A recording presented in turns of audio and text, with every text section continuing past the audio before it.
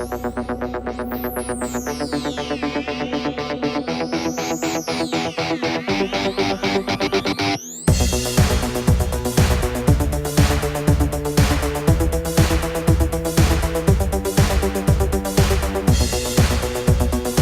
dia a todos, muito obrigado ao Sr. Presidente, além do mais pelo trabalho que teve em estar a amassar-vos com referências a meu respeito. Cumprimento o professor Juarez Tavares, que é o responsável, parece que não há culpa, então ele é apenas o responsável pelo facto de eu estar aqui, porque ele, como coordenador científico, teve a generosidade de me aceitar a minha inclusão num seminário de juristas e de penalistas, quando eu, como ouviram, embora seja jurista de formação, fui professor de Economia Política numa faculdade de Direito, é certo, durante 40 e tantos anos. É certo que as faculdades fazem alguma coisa, é formar-nos a cabeça, e a minha cabeça é uma cabeça de jurista, só que depois utilizei-a para estudar Economia Política e sobre isso venho refletindo e escrevendo. Quando se concretizou a possibilidade de eu vir aqui, naturalmente temi o juízo severo de um auditório de magistrados. Agora, a única coisa que me salva é realmente a presunção de inocência que o meu amigo Geraldo Prado aqui invocou e, portanto, espero que aceitem que eu parto como inocente. Procurei escolher um tema que pudesse interessar a tão ilustres juristas e até engendrei um título que fala do crime, a Europa à deriva no mundo do crime sistémico. É claro que, para vir aqui falar, eu procurei escrever a minha fala. E escrevi muitas páginas. É o que acontece a quem sabe pouco, escreve muito. Bom, como o tempo é limitado, o que é que eu fiz agora, nestes últimos dias? Foi cortar na carne. Cortei muito mais de metade. Mesmo assim, se eu for demasiado longo, peço-vos já desculpa e espero que me venham a considerar inocente no final desta minha prova. Foi certamente sábia e bem intencionada a ideia que presidiu à criação, em abril de 1951, da primeira das comunidades europeias, da Comunidade Europeia do Carvão e do Aço. Ao colocar sob uma autoridade comum o governo do carvão e do aço, procurava-se evitar que os conflitos de interesse à volta destes materiais estratégicos, nomeadamente entre a Alemanha e a França, condenassem os povos a uma nova guerra. Mas a história mudou quando se começou a pensar no mercado comum, dando início ao processo que levaria ao Tratado de Roma, em 1957, e à criação da Comunidade Económica Europeia, depois prosseguida por um processo que conduziu à União Europeia atual. Desde o início do processo, os críticos do Tratado de Roma deram-se conta de que o espírito do mercado comum, começou-se a falar assim, acabaria por privar os Estados-membros dos meios e das competências indispensáveis para assegurar o controlo da economia pelo poder político democrático. A história da Europa, desde o Tratado de Roma até a União Europeia, confirma plenamente estes receios e previsões. O espírito do mercado comum acabou por conduzir à abdicação da democracia, expressão utilizada pelo então deputado Pierre Mendès France, na justificação do seu voto contra o Tratado de Roma. Embora admitindo a livre circulação de pessoas sempre condicionada, as liberdades de circulação de serviços, de mercadorias e de capitais, bem como a liberdade de estabelecimento, foram sempre assumidas e proclamadas como as verdadeiras liberdades fundamentais desta Europa. A falecida Constituição Europeia consagrava isto mesmo num dos seus artigos, sob a epígrafe Liberdades Fundamentais, e enunciava estas que eu acabei de referir. Após a derrota deste projeto constitucional e para evitar o escândalo de se proclamarem como liberdades fundamentais estas liberdades do capital, e não as que normalmente integram a tábua dos direitos, liberdades e garantias das pessoas, os construtores da Europa resolveram retirar este texto do Tratado de Lisboa. Mas nós sabemos, porque eles não se cansam de o afirmar em todos os tons, que esta é apenas uma mudança cosmética para o europeu ver. Na essência, tudo continua na mesma. Aquelas liberdades do capital são mesmo as liberdades fundamentais que contam nesta Europa do capital. Segundo um seu ilustre colaborador e biógrafo, Mitterrand confessava, em 1983, estar dividido entre duas ambições, a da construção da Europa e a da justiça social. Era o reconhecimento de que a justiça social não tinha lugar na Europa em construção desde 1957. E, como é sabido, Mitterrand optou pela construção da Europa, sacrificando a justiça social. Esta tem sido, desde o início do processo de integração europeia, a opção dos partidos socialistas e sociais-democratas europeus. Pouco depois da queda do Muro de Berlim, era a vez de Michel Rocard reconhecer com grande frieza, seguindo afinal a lição de Mitterrand, que, cito, as regras do jogo do capitalismo internacional impedem qualquer política social audaciosa, aceitando que, para fazer a Europa, é preciso assumir as regras deste jogo cruel. Quer dizer, é preciso pôr de lado a construção da Europa social e da justiça social. Confissões como esta refletem, a meu ver, concepções que equivalem à morte da política e ao reconhecimento de que a soberania reside nos mercados. Ideia tão sugestivamente expressa nesta síntese espantosa, relativamente recente, de há poucos meses, de Joschka Fischer, o famoso dirigente dos Verdes alemães, que foi ministro dos Negócios Estrangeiros de um governo do Partido Social Democrata alemão. Ninguém pode fazer política contra os mercados, escreveu ele. Mercados e o Barrales. No que me diz respeito, tenho-me sentido confortado pelo facto de, cada vez mais, serem aqueles autores que vêm levantando críticas à construção europeia, sobretudo a partir do Tratado de Maastricht, que mudou a história, digamos, do processo de integração europeia. Num livro do ano passado, um colega meu, professor de Economia no Instituto de Economia de Lisboa, escreveu, é um homem da área da social-democracia, escreveu que a culpa do tratado ter sido aprovado cabe por inteiro aos partidos socialistas europeus, porque não estiveram à altura da situação e aprovaram sem reservas o Tratado de Maastricht. E, logo a seguir, ele comenta, este desvio para a direita por parte do socialismo europeu foi dos maiores erros que os socialistas poderiam ter cometido. O Tratado de Maastricht atacava o modelo social europeu e não dava margem para os partidos socialistas ou social-democratas prosseguirem políticas informadas pelos valores que tradicionalmente defendiam. A partir do Tratado de Roma, o processo de integração europeia passou a decorrer, como de resto a construção do próprio Tratado de Roma, sem a participação democrática dos cidadãos e dos povos da Europa. Habermas escreveu que a Europa foi construída à porta fechada, ignorando sempre a população. E o déficit democrático do processo de construção europeia é, por isso, desde o início, uma espécie de vício estrutural ou de pecado original, se quiserem, de toda desta Europa. E há muita gente que entende que a história da construção europeia é, muito claramente, a história do seu déficit democrático.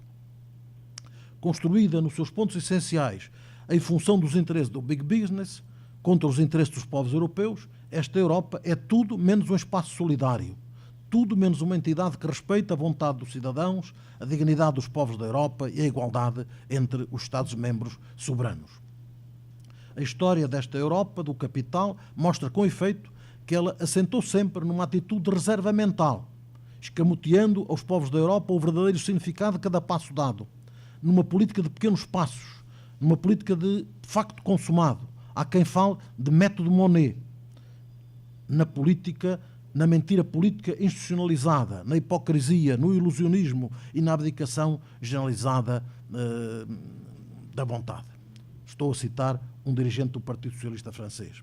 Nunca, ou muito raramente, foi dada a palavra ao povo, com o argumento de que o povo não percebe o que está em causa e não tem capacidade para perspectivar o futuro, insinuando estes déspotas pseudo-esclarecidos numa atitude profundamente antidemocrática e totalitária que, se certas decisões, as mais importantes para a vida dos povos, fossem dependentes da vontade popular, a história nunca avançaria.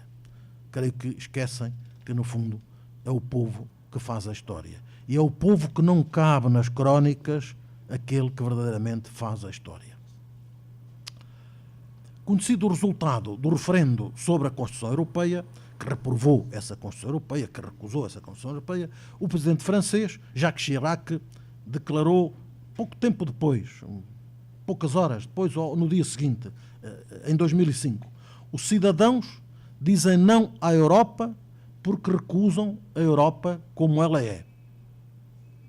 Pareceria que o respeito pela vontade dos povos que não querem a Europa como ela é, haveria de abrir caminho a fazer uma outra Europa. Mas não. A Constituição Europeia ainda foi submetida a referendo. A Constituição Europeia foi substituída pelo Tratado de Lisboa, que mantém tudo na mesma, mas foi agora aprovada, enfim, na acalmia dos parlamentos, que já tinham aprovado a Constituição Europeia por 98% dos votos na França e na Holanda, e depois veio o povo antidemocrático e foi contra o voto dos seus representantes. A atual crise da Europa, que é também uma crise do euro e uma crise da democracia na Europa, veio tornar evidente que esta crise do capitalismo é também uma crise da democracia. Vários autores têm sublinhado isto. Vou socorrer-me de Ulrich Beck, uma vez que estamos aqui para homenagear um professor alemão. Eu também trago os meus alemães de apoio. Segundo este destacado sociólogo alemão, os governantes, os governos e os parlamentos votam a favor da austeridade. As populações votam contra. Os governos adotam um socialismo de Estado para os ricos e os bancos e aplicam receitas do neoliberalismo para a classe média e os pobres.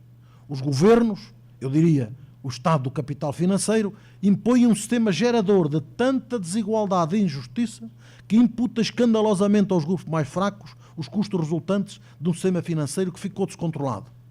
Mas a Europa, diz ele, para nos sossegar, os povos da Europa e a sua juventude estão unidos na raiva por causa de uma política que salva os bancos com quantias de dinheiro inimagináveis, mas desperdiça o futuro das gerações jovens. 40% dos jovens europeus estão desempregados. A situação atual na Europa, conclui Beck, caracteriza-se pela assimetria entre poder e legitimidade. Um grande poder e pouca legitimidade do lado do capital e dos Estados, do lado do capital e dos Estados, um pequeno poder e uma elevada legitimidade do lado daqueles que protestam. Quer dizer, estamos, portanto, numa Europa que não tem legitimidade democrática. Porque a legitimidade está de um lado e o poder sem legitimidade está do outro. O normal funcionamento dos órgãos colegiais da União Europeia deu lugar ao que Habermas chama de intergovernamentalismo dos chefes do Euroclube que atuam nos bastidores, como é da história desta instituição. Com efeito, os donos da Europa resolvem tudo ou não resolvem nada à margem das instituições comunitárias e, sobretudo, dos povos da Europa, no âmbito de relações intergovernamentais, sob a batuta da Alemanha. A igualdade entre os Estados-membros, apesar de consagrada nos tratados, é completamente ignorada, porque tudo é decidido em função dos interesses imperiais e dos calendários eleitorais da Alemanha.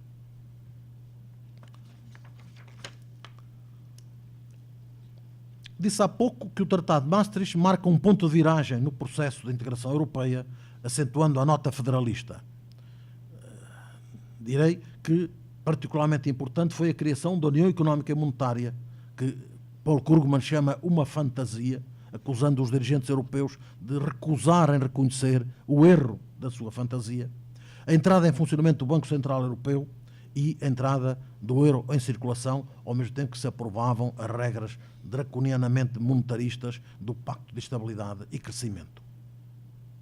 Partilho a opinião daqueles que entendem terem sido razões políticas que estiveram na base da criação da União Económica e Monetária. Todos os especialistas diziam que a Europa não tem as mínimas condições para ser uma União Monetária. Porquê é que então se fez a União Monetária?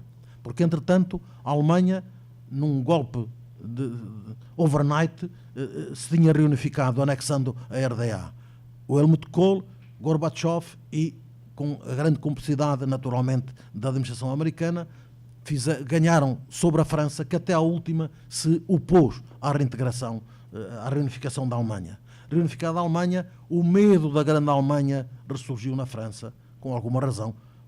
Paris foi bombardeado por armas produzidas pela Krupp em 1870, 1914 e depois foi ocupada em 1940. O que é que pensou a França? Temos que controlar a Alemanha metendo-a num tecido mais apertado da construção europeia. Esta foi a proposta da França, vamos criar a União Monetária, e a Alemanha disse, muito bem, mas eu é que dito as regras do jogo, e ditou. Impôs um Banco Central Europeu mais independente de qualquer banco central existente, à semelhança do Deutsche Bundesbank, com a diferença de que os estatutos do Deutsche Bundesbank estavam fixados na Constituição, em lei aprovada no Parlamento, podiam ser alterados com facilidade, enquanto estes estão nos tratados. O que significa que só podem ser alterados por voto unânime dos agora 28 membros da União Europeia. Bom, e ditou o estatuto do euro, que é um Deutsche Euro verdadeiro e próprio. É uma moeda que interessa à Alemanha, mas não interessa praticamente em nenhum outro país europeu e não interessa claramente aos países menos desenvolvidos do sul da Europa, que tiveram que passar a viver com uma moeda sobrevalorizada. Calcula-se que, para além da valorização do euro relativamente ao dólar, desde que existe, que anda à volta de 39,5%, muitas moedas entraram sobrevalorizadas no euro. Calcula-se que em Portugal terá entrado 10% a 12%. 39,5 com 10 dá 49,5, quer dizer, nós estamos a funcionar com uma moeda que foi valorizada a 50%. Não é fácil travar esta guerra. É claro que as vantagens do euro traduziram-se nos superávites, nos excedentes comerciais da balança comercial da Alemanha, que era negativa com a zona do euro até à entrada do euro em circulação e que agora é positivíssima. Quem é que paga os saldos positivos da Alemanha? Os saldos negativos dos outros países, acusados de viver acima das suas posses. Pois, para comprarem os BMWs e os Mercedes e a maquinaria da Alemanha, endividaram-se. E a Alemanha emprestou-lhes. E agora castiga-os porque eles foram com demasiada sede ao pote e, portanto, ficaram endividados. Bom, então, aí temos esta construção que trouxe problemas à Europa e que esta crise tem vindo a agravar. É claro que, sobretudo a partir de Maastricht, o processo da chamada, em europeus, soberania partilhada acentuou-se. Não é soberania partilhada, é soberania perdida. Perdeu-se, já se tinha perdido a economia em matéria de política, a autonomia, a soberania em matéria de política da agricultura e pescas, política de concorrência, agora a política monetária, a política orçamental praticamente não existe como política soberana hoje e cada vez menos, a imposição da privatização generalizada do setor empresarial do Estado foi outra perda, digamos, da soberania dos Estados, sobretudo nos setores estratégicos, porque eu creio que a soberania não é o hino nem a bandeira. Isso dá muito jeito para os jogos de futebol, mas verdadeiramente a soberania tem alicerces nas coisas materiais. E um Estado que não controla, como é hoje o caso do Estado português, nenhuma das indústrias em rede, não controla as telecomunicações, não controla a distribuição de energia, nem a produção de energia, não controla os correios, não controla tudo isto, bom, é soberano de quê? Soberano de nada. Bom, mas então essa é outra história. Estas não foram, portanto, foram perdas de soberania. Ainda por cima, como a União Europeia não é um Estado federal, embora agora tenha personalidade jurídica, estas competências não foram, no fundo, transferidas para outros órgãos. Porque, por exemplo, não há nenhum órgão na União Europeia que tenha a responsabilidade, a competência e os meios financeiros para tomar medidas anticíclicas em caso de crise. Não há nenhuma. E a soberania monetária, muito importante para os países, foi transferida para um Banco Central Europeu que, de acordo com os cânones monetaristas, tem como responsabilidade primordial, praticamente única, assegurar que não há inflação.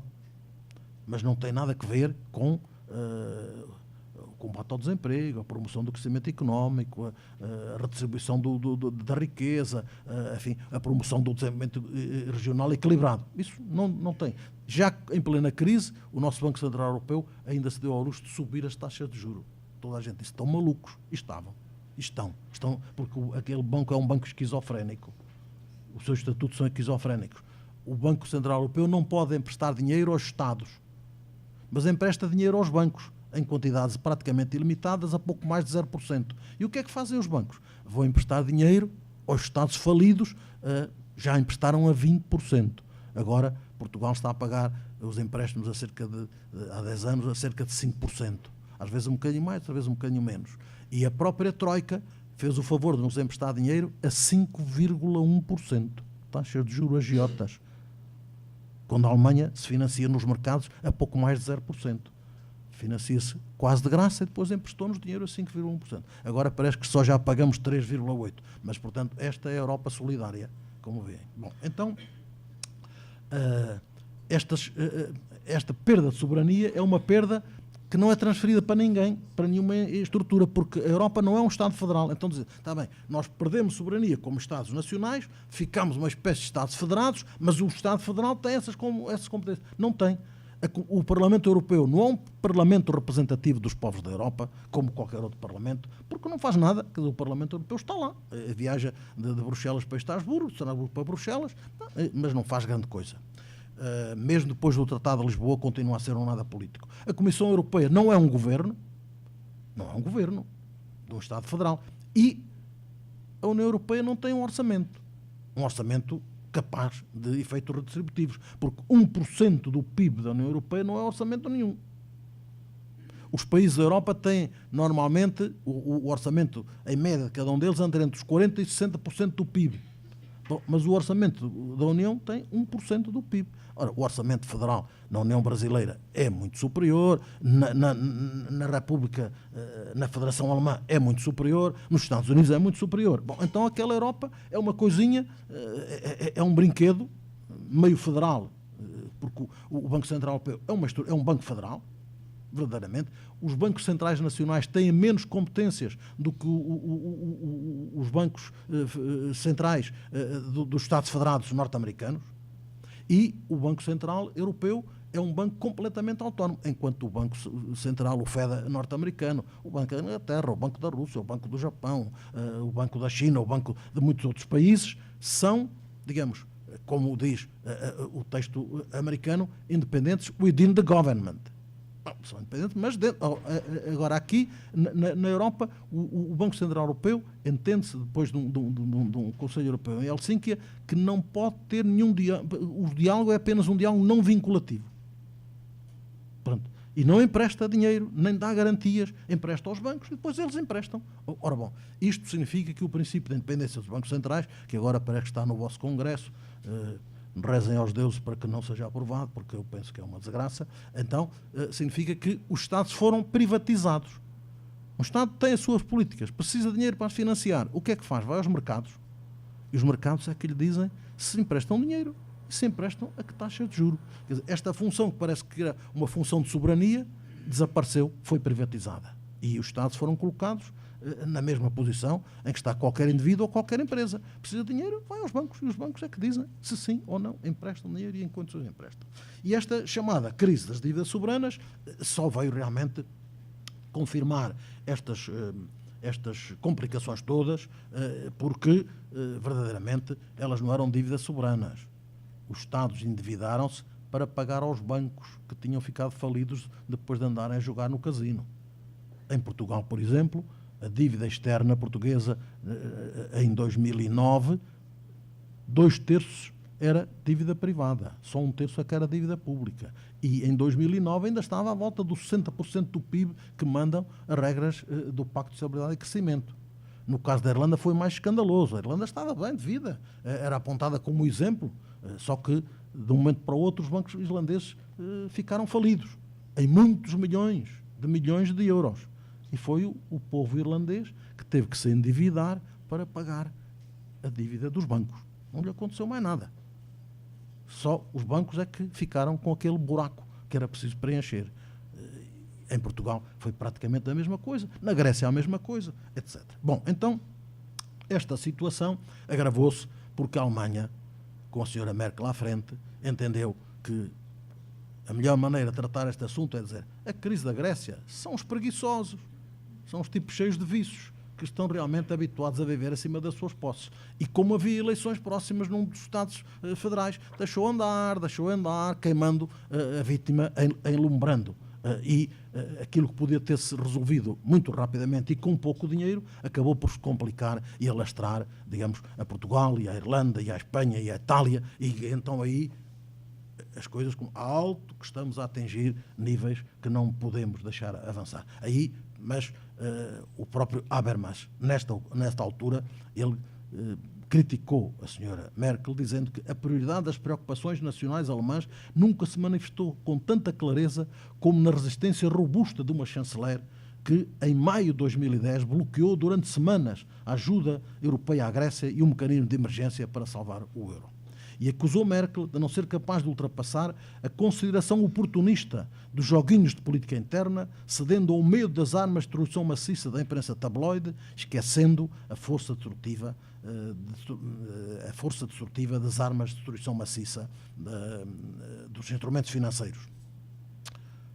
Pela primeira vez, escreveu Habermas, apercebi-me da possibilidade real de um fracasso do projeto europeu.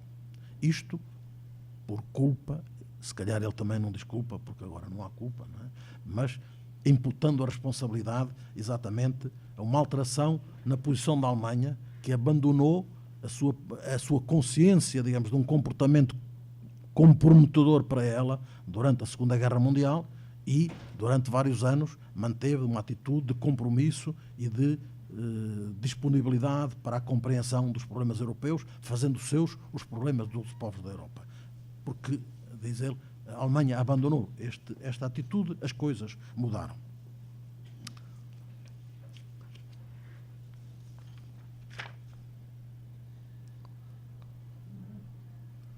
Há mesmo quem hoje diga, e quem o diz é um prémio Nobel da Economia, Joseph Stiglitz, que a Europa poderá ter que deixar cair o euro para se salvar a si própria. Uma coisa me parece certa, mesmo que não se queira deixar cair o euro, é preciso, é urgente mudar o estatuto esquizofrénico do Banco Central Europeu e pôr termo, digamos, a tal independência do Banco Central completamente antidemocrática e transformá-lo num Banco Central como os outros que existem por esse mundo fora, um Banco Central ao serviço do Estado, dos povos, empenhado, digamos, em colaborar no desenvolvimento dos povos e não a cumprir meros ditames financeiros. Mas é claro que tudo isto está nos catecismos. Quando às vezes me acusam a mim e a outros, bom, isso é cassete neoliberal. Pois é, mas é que nós lemos os evangelhos neoliberais e está lá tudo. Porque os neoliberais vieram de dizer que o desemprego é sempre desemprego involuntário. A culpa foi das imperfeições que se introduziram no mercado do trabalho. E a culpa é dos sindicatos que resistem à baixa dos salários nominais quando há desempregados. Havendo um desempregado, os sindicatos deviam aceitar que os salários baixassem, até que fosse rentável contratar mais trabalhadores. Nunca se demonstrou que, porque baixam os salários, se contratam mais trabalhadores. O contrário, sim. Se há muito desemprego, os salários baixam. Se há pouco desemprego, os salários sobem. Isso demonstrou Marx e o Keynes e outros. Mas o contrário, nunca. Mas este é o ponto de partida deles. Então, se o desemprego é todo voluntário, é claro que o desemprego não é problema nenhum. Deixem esses malandros que depois, quando os salários baixarem, eles trabalham. O que é prioritário, escreveu o Milton Friedman, é o combate à inflação. Perante a inflação não se deve ceder nem 1 milímetro, como no combate ao terrorismo. Porque é que então o papel, a responsabilidade primordial do Banco Central Europeu é o combate à inflação? Porque estava lá nos evangelhos e eles foram lá buscar este mandamento. Pronto, então isto tem alguma coisa a ver com a história alemã, que se deu muito mal em alguns países com a hiperinflação. Mas não é história de outros países. Não é história de outros países. Bom, mas nós apanhámos por tabela